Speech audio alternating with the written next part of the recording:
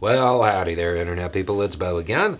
So, today we are going to talk about soft landings and economics and recession and the Biden administration and what you're likely to see coming down the path as we move closer towards the election. We have heard that term over and over again. The Biden administration wants a soft landing. What is it? Did you know? I didn't. In normal people language, a soft landing is basically getting inflation down without causing a recession. Sounds like that should be easy in theory. Turns out they've only been able to do it once in like the last half century. So it's not an easy thing. Back in March, Goldman Sachs said that the chance of recession this year was 35%. They have revised their estimates down to 15%. To you and I, 15%, that may actually still sound high. But according to economists, that's kind of average. So there is a feeling now that the Biden administration and the Fed and everything working together might have actually achieved a soft landing. This was echoed by the chief economist over at Moody's Analytics as well, who said that a recent report basically had soft landing written all over it. So, what does that mean? Those are two big names in economics. Does that mean that everybody feels that way? No, of course not. But the growing feeling is that even if one occurs, it won't be that bad. It'll be shallow and short. But there is also a growing feeling that they've got it. So, what causes that? Inflation going down and the jobs market being strong. That's as near as I can tell. That's the magic formula right there. So this isn't something that any individual agency can do on their own. And in real life, as we have talked about on this channel over and over again, presidents don't actually control the economy.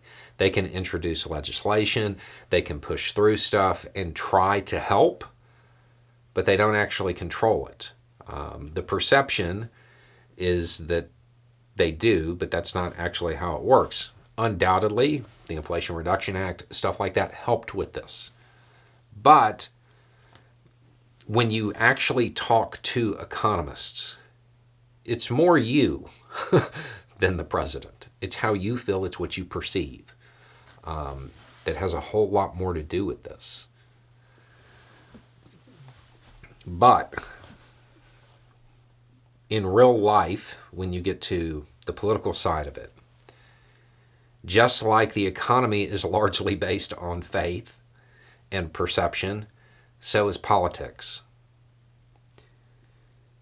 On this channel, Biden did not save the economy single-handedly. If the soft landing sticks, that may not be the perception of a whole lot of voters. Right now, and this is the other thing that I was told to definitely mention, the indicators, and we've briefly gone over this before, but the indicators that are used to make these estimates, the people at Wall Street, they see it before we feel it. So if their estimates are right, basically things should start getting better. You should start feeling it more. And the Biden administration will end up being able to take credit for this, just because that's how American politics works. It doesn't matter how many times people like me say that's not really how it works, the perception is there. So the economy sticking a soft landing or gasp, maybe even growing and doing better ahead of the election is probably going to be a huge win for Biden. But this news is definitely welcome. especially heading into a holiday season, where things could often go bad if consumers just decide, I'm not spending any money.